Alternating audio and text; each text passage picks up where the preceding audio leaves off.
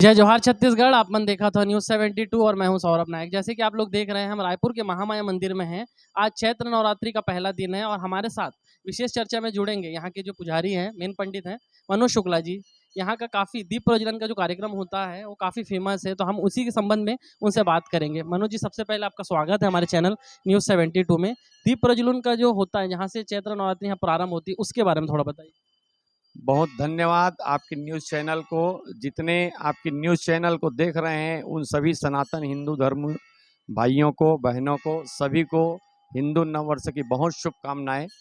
चैत्र नवरात्रि का यह महापर्व, जिसको लेकर के हम 9 दिन माँ भगवती दुर्गा जी की आराधना पूजा करते हैं।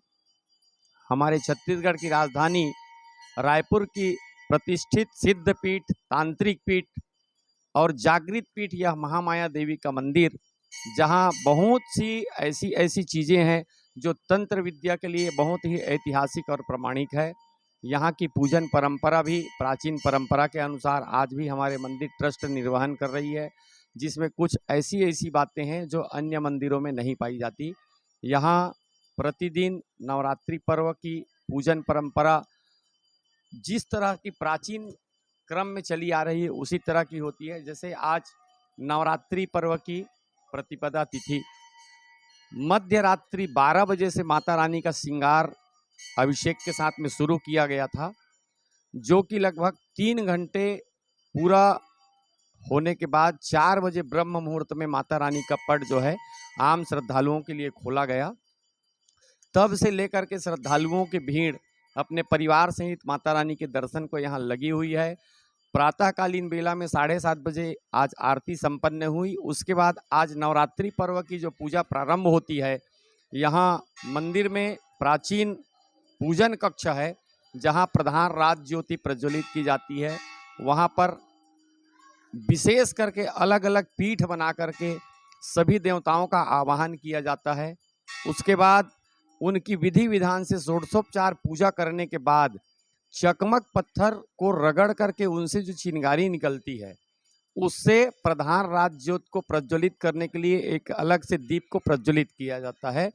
फिर पूजन के पश्चात परिसर में उस समय जो एक छोटी कन्या रहती है, चाहे वो किसी की घर से हो, किसी परिवार से संबंधित हो, किसी गांव या शहर से हो, उस परिसर में वह उपस्थित हो, उसको मंदिर ट्रस्ट के सदस्य पूजन कक्ष में ले जाते हैं, उस कन्या की पूजन करते हैं।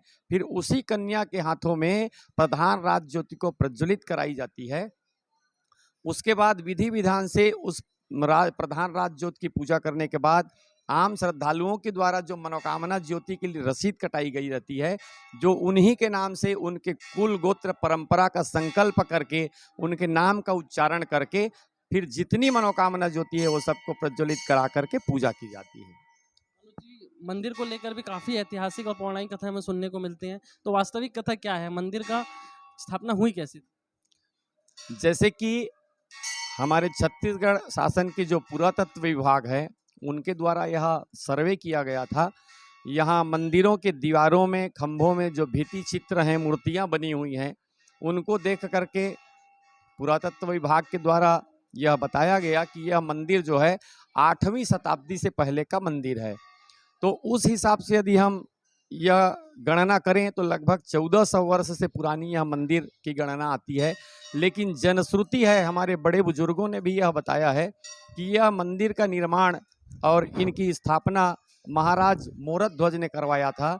महाराज मोरध्वज है वंशी राजा थे, और जहाँ जहाँ पर उन्होंने अपना राजमहल बनवाया, वहाँ वहाँ पर उन्होंने माँ भगवती महामाया अपनी कुल देवी को प्रतिष्ठित किया।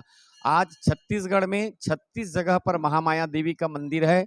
इसी कारण पूरे भारत देश में छत्तीसगढ़ एक ऐसा राज्य है जो 36 अंकों की संख्या को जोड़ते हुए इस राज्य का नामकरण किया गया है।